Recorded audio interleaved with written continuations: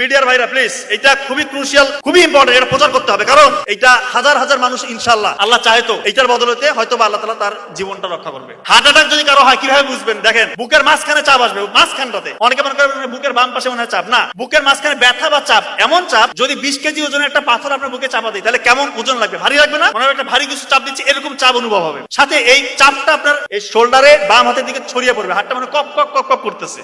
আপনার ওই সময় ঘাম ছুটবে, সাথে শ্বাসকষ্ট হবে এবং আপনার বই ভাব আসতে পারে এবং মৃত্যুর ভয়। এই কয়েকটা ফিচার যদি আপনার থাকে, আপনি কাল বিলম্ব করবেন না। যদি হাসপাতাল পাশে থাকে অবশ্যই হাসপাতাল নেবেন, কিন্তু অনেকের এরকম হয় যে হাসপাতাল একটু দূরে আছে। এই জন্য ওই WHO এবং আমেরিকান হার্ট ফাউন্ডেশন তারা বলছে প্রি হসপিটাল ম্যানেজমেন্ট বাসায় করতে পারবেন। খুব ইম্পর্টেন্ট। অ্যাসপিরিন, একটা ট্যাবলেট অ্যাসপিরিন 300 mg চিবিয়ে খেতে হবে। অ্যাসপিরিন চিবিয়ে খেতে হবে, ইনশাআল্লাহ তার 50% মৃত্যুর ঝুঁকি কমে আসলো।